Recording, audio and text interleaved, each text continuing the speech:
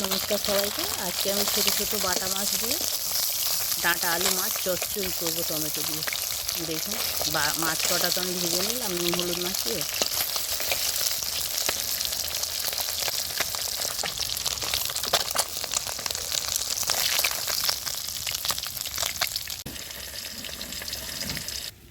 ওই তেলেই আমি পেঁয়াজ দিয়ে দিলাম।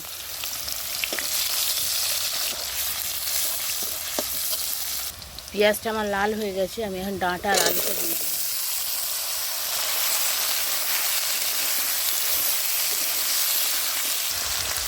নুন দিয়ে দিলাম। এখন এর মধ্যে আমি একটু আদা রসুন দিয়ে দেবো। এটা 2 মিনিট মতো ভেজে নেব। এখন দেবো আমি হলুদ, লঙ্কা গুঁড়ো, জিরে ধনে গুঁড়ো।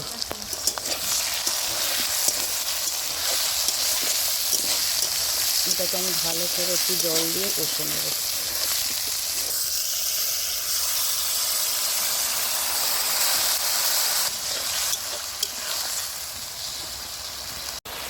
এর মধ্যে আমি টমেটোগুলো দিয়ে দিলাম।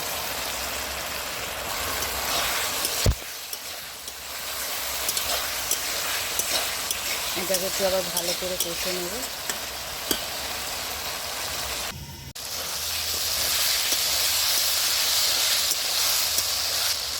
এটা আমার কষা হয়ে গেছে, এটা আমি এখন জল দিয়ে দেবো।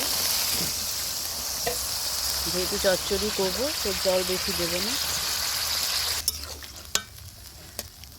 এতে এখন মাছগুলো আমি দিয়ে দিচ্ছি।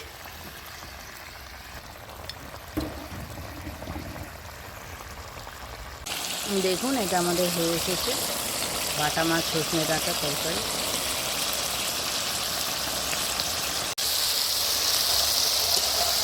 এটা আমাদের রেডি হয়ে গেছে। এবার আমি এটাকে নামিয়ে নেব।